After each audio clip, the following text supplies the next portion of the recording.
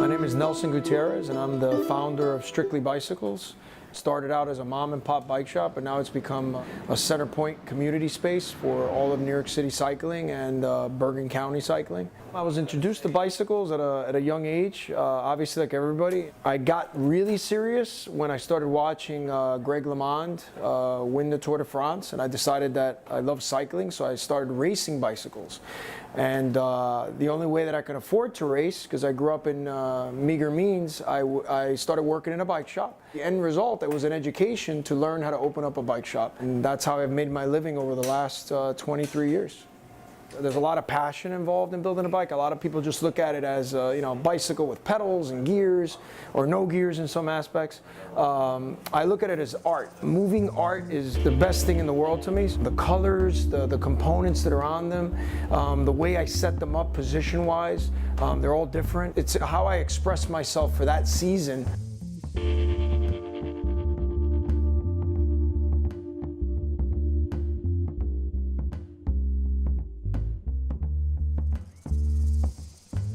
My life is a constant of just being open to things and they come my way.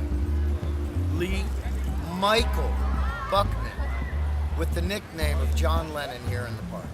I've been a bike rider all the time, and I bike ride for transportation. Even when I'm not riding a pedicab, I ride a bicycle to get my pedicab. Never have to go to the gym. I'm constantly working cardio. That's how I stopped smoking cigarettes. There's something in it as far as propelling yourself with chain and tire. The amount of motion that takes you to do that, and you just take one step when you're walking, you go 4 times that when you're bicycling. There is also a connection, I know for me, and I'm sure for others, you're a kid again. Not a spring chicken. I'm a kid again riding a bike. There is a simplicity to that that has really changed my life. When I get on a bicycle, I feel like I never grew up, and I don't want to grow up. It's a social thing too, so when you ride with people, everybody kind of gets that same feel, and they're happy. You get together in group rides. You can have all the biggest worries in the world over your head, laying on your shoulders, but when you're on the bike, it all kind of like floats away. This is freedom. This is freedom. At my age, am I still going for being an actor? I don't think so. And this is something that I never, ever thought I'd say. But I got sick and tired of the struggle. And I'm still using the talent that I have not just been given, but have owned and have crafted to where it's at now. I'm not dumping it. Well, I am dumping it in here to my customers. My one-man show, my 2 or 3 people audience, my fear.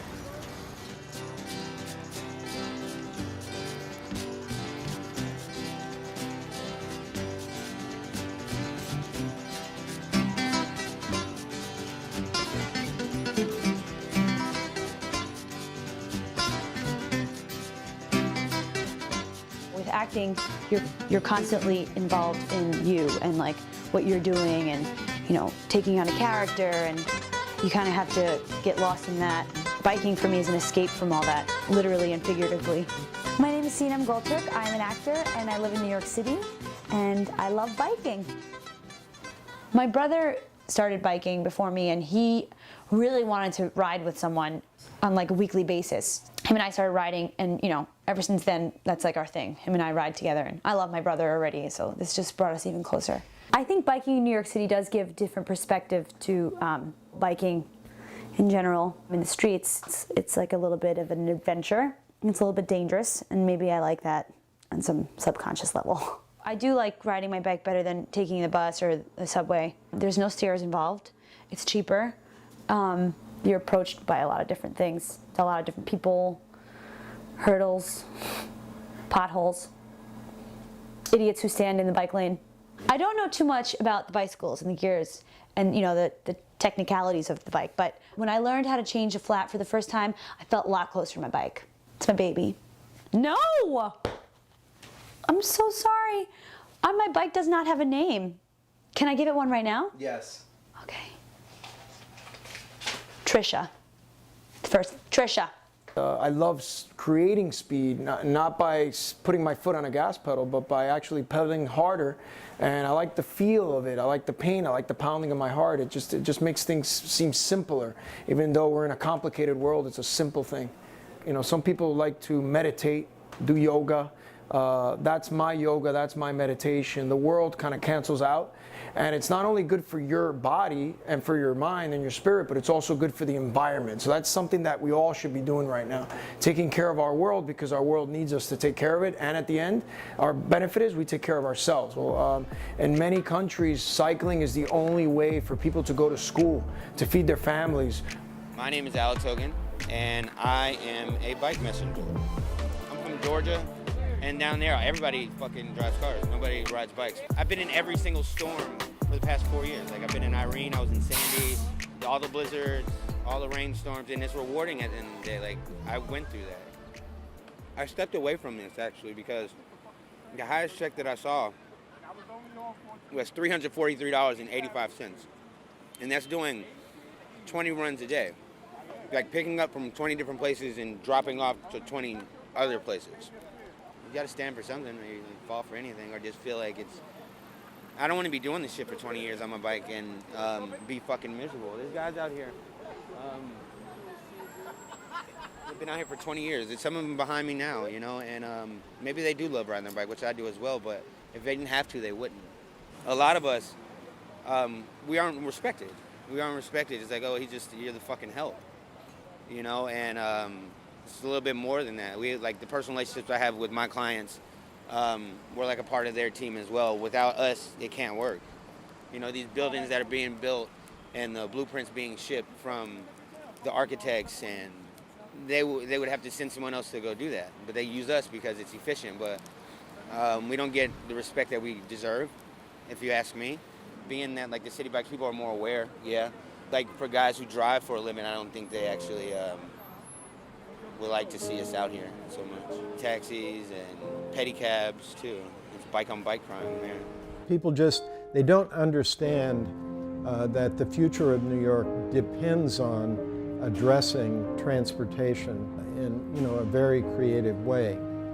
If the population is going to go from 8 million to 9 million in the next few years, there are going to be a lot more cars on the streets. So it's essential that New York develop ways for bicycles to become part of the flow in New York. Vision Zero is a concept where a community commits to zero traffic deaths. The idea was first developed in Stockholm, but I think New York has taken it a step further even than the Swedes.